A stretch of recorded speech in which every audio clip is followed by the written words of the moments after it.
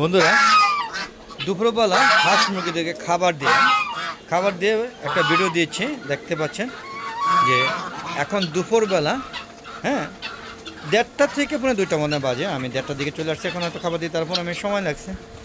তো দেখেন আকাশে আবারও মেঘলা কুয়াশা আবহাওয়া, কুয়াশাচ্ছন্ন। আকাশে উত্তরা বাতাস চলছে।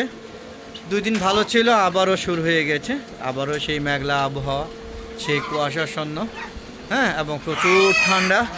বুঝতে পারছেন প্রকৃতি, এই দেখেন কীভাবে বাতাস দুলছে, আপনারা মনে বুঝতে পারছেন কিনা জানি না। হ্যাঁ, প্রচুর ঠান্ডা লাগছে, দেখতে পাচ্ছেন। তাই দুপুরবেলা একটু আগে খাবার দিয়েছি। প্রতিদিন এই সময় খাবার দিই, আগে না, হয়তো আজকে বিকাল দিকে হয়তো আগে নিয়ে যেতে হবে, কারণ বিকালবেলা হলে আরও ঠান্ডা বাড়বে। দেখতে পাচ্ছেন হাঁস মুরগিগুলো খাবার ও পানি দিয়ে বিরতিতে দিতে খাবারগুলো প্রায় শেষ করে ফেলেছে। তো চলুন আমরা একটু দেখি কবুতরগুলো কী অবস্থা। দেখতে পাচ্ছেন এই হাঁসটা এইখানেই পানি খাবে, আর কোথাও খাবে না। তো বন্ধুরা চলুন দেখি। এই দেখেন কবুতরের শীত লাগছে, এই জন্য ওটা লাইটের নিচে আসে দাঁড়িয়ে আছে। আর এই যে দেখেন কবুতরগুলো দুপুরে খাবার খাচ্ছে। দেখেন আমার, হ্যাঁ, যত কবুতর আছে সবগুলো এখন দুপুরবেলা খাবারের আওতায় চলে আসছে। আর এখন খাবে, এবং যার বেবি আছে বেবিদেরকে খাওয়া দেবে। এই দেখেন আমার বড় একটা বেবি, এরও খাওয়ায় দেয়।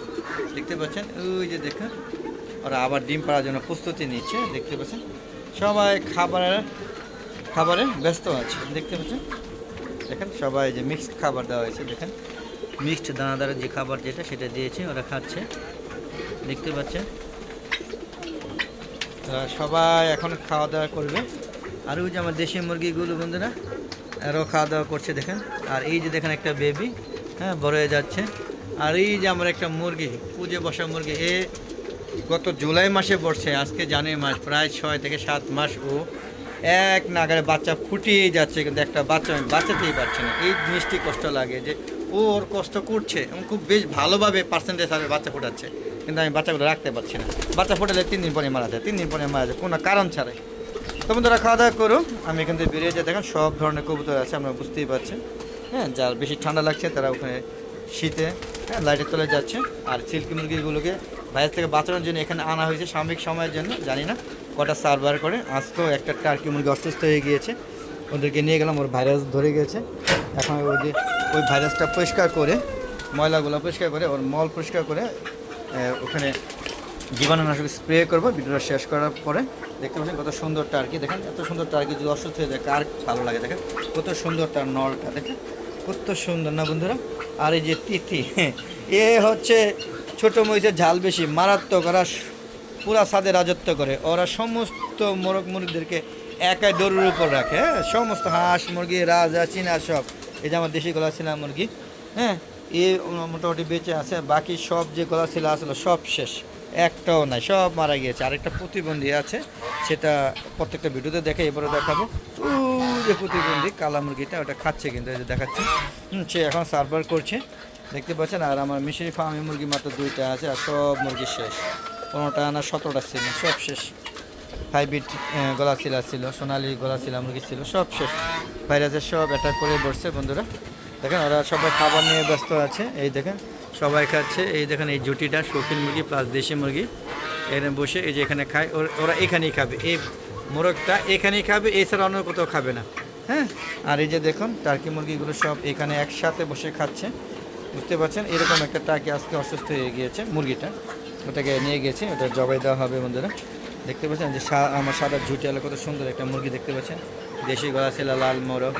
আর এই দেখেন দেশি গলা ছিল একটা মোরগ, ওই যে গলা ছিল দেশি মুরগিটা দেখেছি, ওটা জুটি হিসেবে ওকে রাখা হয়েছে, যদিও ওর ডিম থেকে এটা ফুটেছে। হ্যাঁ, এটা আশ্চর্যজনক হলেও সত্য, মোরগটা এই জন্য বড় হয়ে গেছে। তো সর্বোপরি কেমন লাগলো আমার ভিডিওটা অবশ্যই কমেন্ট করে জানাবেন। আর আপনাদের এখানে শীত কী রকম, শীতের তাপটা কীরকম, একটু কমেন্ট বক্সে লিখে পাঠাবেন। আমার অনেক ইন্ডিয়ান বন্ধুরা আছেন, ভারতীয় বন্ধুরা, সৌদি আরব বন্ধুরা, দুবাইয়ের বন্ধুরা, আমেরিকার বন্ধুরা, ইটালির বন্ধুরা, এবং বিভিন্ন নাম জানা ভেনেজুয়েলা নাকি জানা আছে, সুইজারল্যান্ড, এরা আমার ভিডিওগুলো দেখেন। তাদের ওই দেশগুলোতে কীভাবে তাপমাত্রা কতটুকু আছে সেটা কমেন্ট বক্সে লিখে পাঠাবেন। আর বন্ধুরা যারা বাংলাদেশ বসবাসরত যারা বন্ধুরা আছেন আমার, এবং বিদেশি যারা বন্ধুরা আছেন যারা ছাদে হাঁস মুরগি লালন পালন করে থাকে তার ইচ্ছা করলে আমার সাথে শেয়ার করতে পারেন আপনাদের হাঁস মুরগিগুলোকে কীভাবে লালন পালন করেন এবং আমার হাঁস মুরগি কীভাবে লালন পালন করি সেগুলো শেয়ার করলে একটু ভালো হয়। আমাদের হাঁস মুরগিগুলো একটু বেশি সতেজ থাকবে, সুস্থ থাকবে, কারণ আমারও ভুল থাকতে পারে, আপনাদেরও ভুল থাকতে পারে। মত শেয়ার করলে কিন্তু আরও ভালো হবে। তো সর্বোপরি আমি একটা কথাই বলবো, আপনারা সবাই ছাদ বাগান করুন। ছাদটাকে ফেলে না রেখে বিভিন্ন ধরনের গাছগাছলা দিয়ে, যেমন এই যে আম গাছ দেখাইলাম, কাঁঠাল গাছ ছাদে লাগাবেন না একদম শুধু শুধু একদম মানে ফালতু। আমি লাগাইছি 2টা এবং বড় বড় ড্রাম, ওই যে 1000 লিটার ড্রাম কেটে কেটে 2টা ভাগ করে লাগিয়েছিলাম খুব শখ করে, কিন্তু আজ পর্যন্ত খুব মুচি পেয়েছি কিন্তু কাঁঠাল পাইনি বন্ধুরা। আর পিছে ছাদে লাগাবেন বড়ই গাছ, তারপরে আম গাছ, ডালিম গাছ আমার যা হয়েছে, তারপরে লেবু গাছ, পেয়ারা, হ্যাঁ এগুলো প্রচুর পরিমাণে হয়, প্রচুর পরিমাণে হয়। হ্যাঁ দেখতে পাচ্ছেন লেবু, হ্যাঁ অনেক পরিমাণে হয়।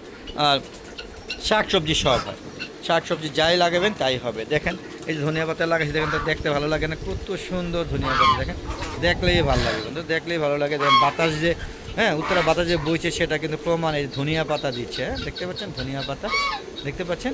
আপনাদের সাথে ধনিয়া পাতাগুলো কালি কেমন হয়েছে সেটাও জানাবেন।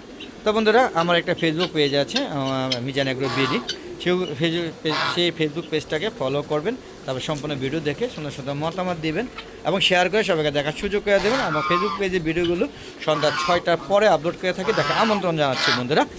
আর ইউটিউব চ্যানেলের ভিডিওগুলো এই শীতকালে যখন এই সময়টুকু একদম মার্চ বা ফেব্রুয়ারি মার্চ পর্যন্ত বিকাল 3-4টার পরে আপলোড করে থাকবো এবং মার্চের পরে 3টার পরে আপলোড করে থাকি, সেগুলো দেখা আমন্ত্রণ জানাচ্ছি।